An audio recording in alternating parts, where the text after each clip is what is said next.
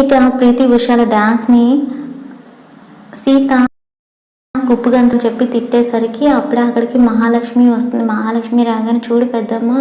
మేము భరతనాట్యం వేస్తే దాన్నేమో కుప్పుగంతులు అని చెప్పి సీత తిడుతుంది, అవమానిస్తుంది అని చెప్పి వాళ్ళు అనేసరికి, మీకు తనకు రాంది మీకు వచ్చు అని చెప్పి తను ఫీల్ అవుతుంది, అందుకే ఈర్షపడుతుందని చెప్పి మహాలక్ష్మి అంటూ ఉంటుంది. అసలు అందులో ఏం గొప్ప ఉందని నేను ఈర్షపడడానికి, నాకు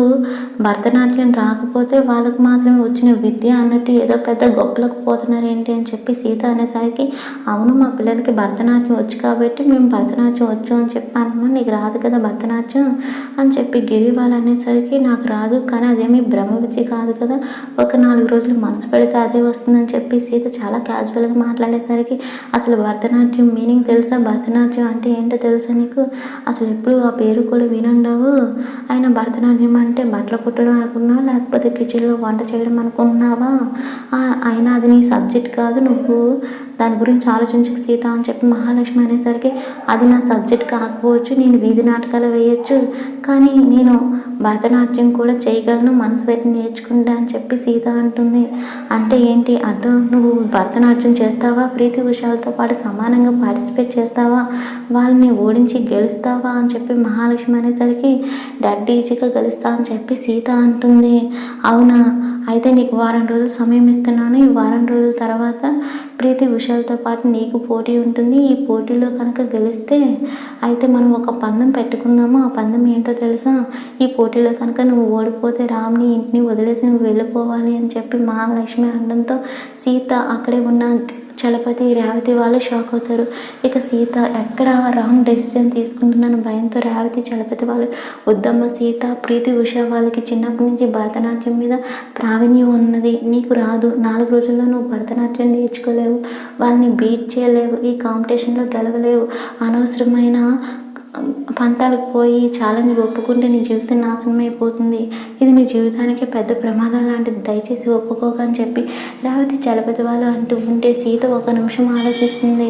అప్పుడు మహాలక్ష్మి, ఏంటి సీత, ప్రీతి ఉషాల దగ్గర ఎక్కడ ఓడిపోతావు అని చెప్పి భయమేస్తుందా, నీ మీద నీకు నమ్మకం లేక భయమేస్తుందా, నాకు ముందే తెలుసు నువ్వు ఈ ఛాలెంజ్కి ఒప్పుకోవని చెప్పి మహాలక్ష్మి అంటూ ఉంటే, నేను ఒప్పుకుంటున్నాను అత్తయ్య, నేను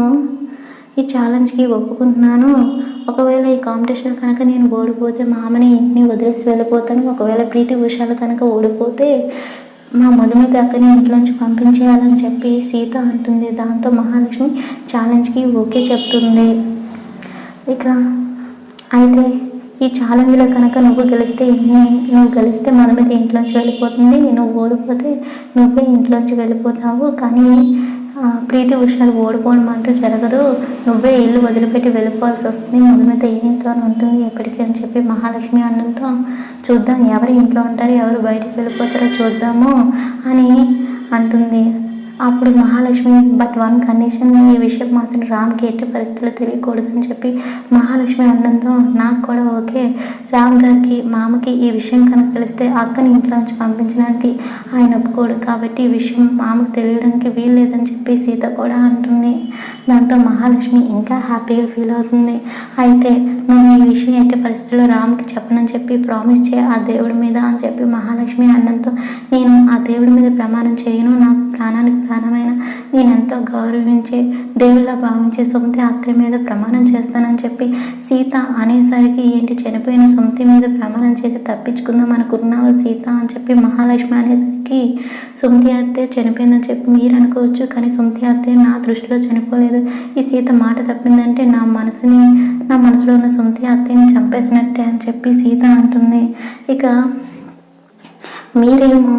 దురుద్దేశంతో మా అక్కని ఇంటికి తీసుకొచ్చారు, నేను సదుద్దేశంతో ఈ కాంపిటీషన్లో పాల్గొని మా అక్కని ఇంట్లోంచి బయటికి పంపించాలనుకుంటున్నాను,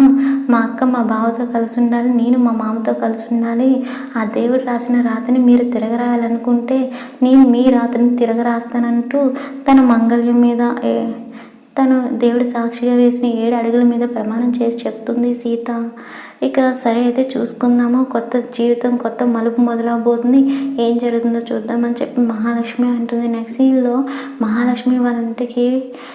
సుమతి వస్తుంది. అక్కడే ఉన్న మహాలక్ష్మి గతంలో జరిగిన సీన్స్ అన్నీ కూడా గుర్తు తెచ్చుకొని, మహాలక్ష్మి ఎంతో ఆనందంగా గడిచిపోతున్న నా జీవితంలోకి ఎంతో నమ్మకంగా వచ్చి, నమ్మక ద్రోహం చేశావు, నా జీవితాన్ని నీ జీవితంగా మార్చుకున్నావు, నన్ను చంపడానికి ప్రయత్నించావు, ఇప్పుడు నా మేనకోళ్ళు ఇద్దరు జీవితాలతో కూడా ఆడుకుంటున్నావు, నిన్ను వదలను, నీ మీద పగ తీర్చుకునే వరకు వదలను, ప్రతీకారం తీర్చుకోవడానికి ఈ ఇంటికి వచ్చానని చెప్పి అనుకుంటుంది సుమతి. ఇక అప్పుడే మహాలక్ష్మి బయటకు వచ్చి ఫోన్ మాట్లాడుతూ ఉంటే, అసలు పూసర వెళ్ళి కూడా నీలా ఉండదు, అన్ని రంగులు మారుస్తున్నావు నువ్వు, అసలు మరీ ఇంత క్రూరంగా ఎలా తయారయ్యావు, అసలు నా పక్కనే ఉంటూ నన్ను నమ్మించి నాన్నే చంపాలని చూస్తావా, ఇప్పుడు నా మేనకోళ్ళ జీవితాన్ని ప్రమాదంలో నెట్టేస్తావా, చెప్తా నీ సంగతి, నీ మీద ప్రతీకారం తీర్చుకోవడానికి నేను ఇప్పుడు ఇక్కడికి వచ్చాను, నేను చనిపోయానని చెప్పి నువ్వు అనుకుంటున్నావు, నేను బ్రతుకున్నాను విషయం నీకు తెలియదు, నువ్వు ఊహించలేవు కూడా, ఇప్పుడు నా రూపం కూడా మారిపోయింది కాబట్టి నువ్వు అసలు నేనే సొంతనని ఎట్టి పరిస్థితుల్లో కూడా కనిపెట్టలేవు, ఈ ఇంట్లోకి ఇది చూస్తూ ఉంటే నాకు ఇప్పుడే ఇంట్లోకి రావాలని ఉంది, కానీ ఇంట్లోకి వచ్చే అవకాశం ఎప్పటికప్పుడు ఏదో విధంగా లభిస్తుంది, అప్పటి వరకు వెయిట్ చేస్తాను. మహాలక్ష్మి, నువ్వెలాగా నన్ను నమ్మించి మోసం చేసి నా గొంతు కోసావు, అదేవిధంగా నేను కూడా ఈ ఇంట్లోకి వచ్చి ఇంట్లో ఏం జరుగుతుందో తెలుసుకొని నీ ఆటల్ని కట్ చేస్తా, నీకు చుక్కలు చూపిస్తా, నువ్వు చేసిన మోసాన్ని నీకే తిప్పికొట్టి నీ నిజస్వరూపం ఏంటో అందరికీ తెలిసేలా చేస్తా, నీ తప్పు అందరి ముందు ఒప్పుకునేలా చేస్తా అని చెప్పి సుమతి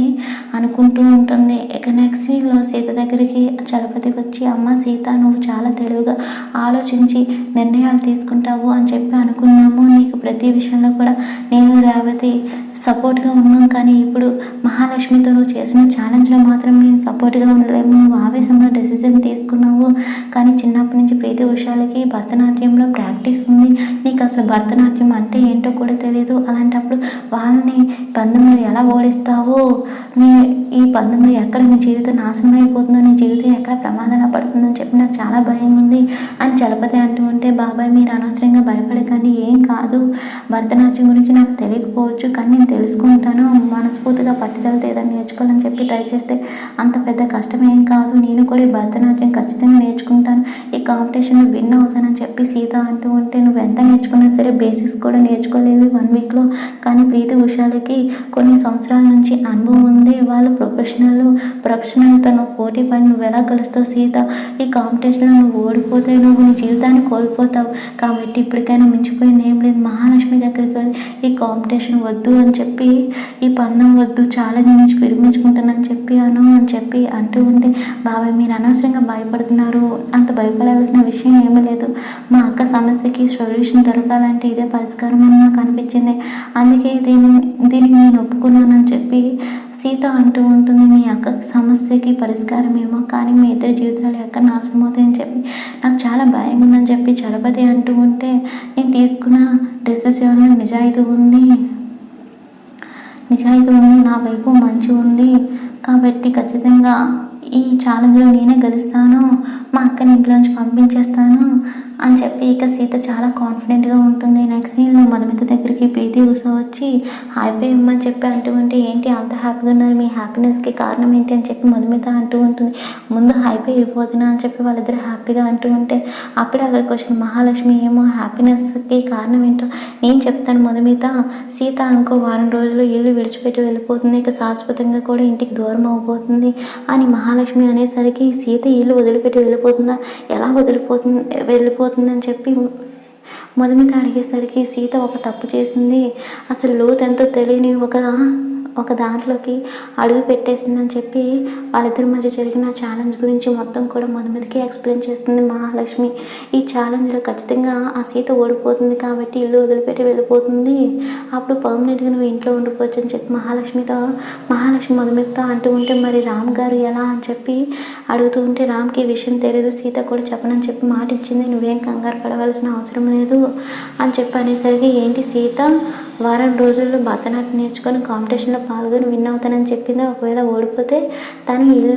ఇంటిని రామ్ని వదిలేసి వెళ్ళిపోతారని చెప్పి అన్నదా అని మధుమిత ఆశ్చర్యపోతూ ఉంటే, ఏంటి మధుమిత అలా ఉన్నావు, నీకు ఇది నచ్చట్లేదా అని చెప్పి అడుగుతూ ఉంటుంది మహాలక్ష్మి. మరి మధుమిత ఏ సమాధానం చెప్తుంది, సీత స్థానాన్ని తను కోరుకుంటుందా, ఏం జరగబోతుందనేది అప్కమింగ్ ఎపిసోడ్లో చూద్దాం.